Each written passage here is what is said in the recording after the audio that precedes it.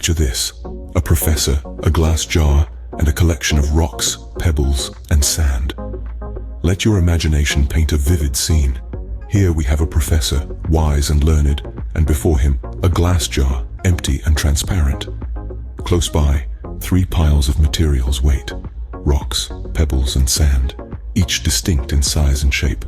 A simple setting, you might think, but within this simplicity lies profound wisdom. Now let's see what lessons this professor has in store for us with these seemingly ordinary items. The professor starts his demonstration by filling the jar with rocks. These aren't just any rocks, they're big, chunky ones, each chosen with care. Each rock finds its place in the jar, fitting snugly against its neighbors, forming a solid base. He then introduces pebbles, smaller, but no less significant. They trickle down, filling the spaces between the rocks, nestling comfortably into the gaps. The jar, seemingly full, continues to surprise as the professor brings out a bag of sand. As he pours the sand, it sifts through the crevices, filling the remaining voids, and the jar appears full once more. The professor's systematic approach is a sight to behold. Each step, each layer, meticulously planned and executed, demonstrates the jar's capacity and the importance of order. His calm demeanor suggests a deeper meaning to this simple exercise. Once filled to the brim, the professor asks, "Is the jar full?" The audience nods, but the professor smiles knowingly. The professor then reveals the true meaning behind his demonstration.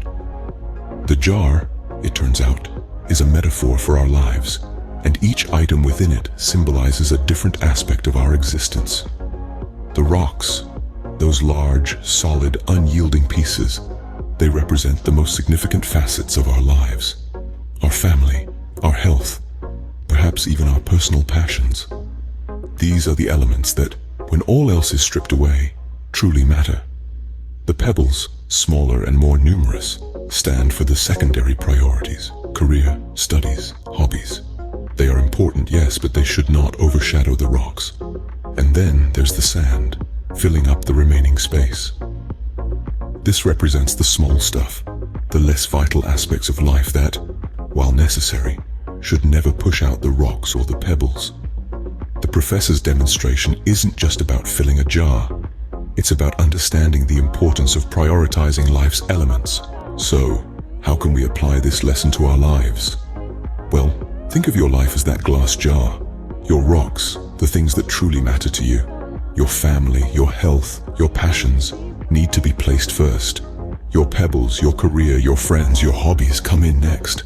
Lastly, the sand, the little things, the conflicts, the distractions, they fill up the remaining space. Now, if you start with the sand, filling your life with trivialities, you'll find there's no room left for what truly matters.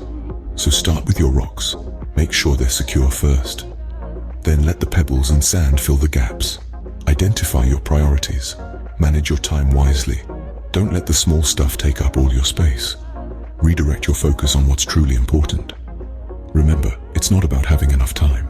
It's about making sure that time is spent well. As we wrap up our story, let's revisit the key takeaway. Life, much like our jar, has a finite capacity.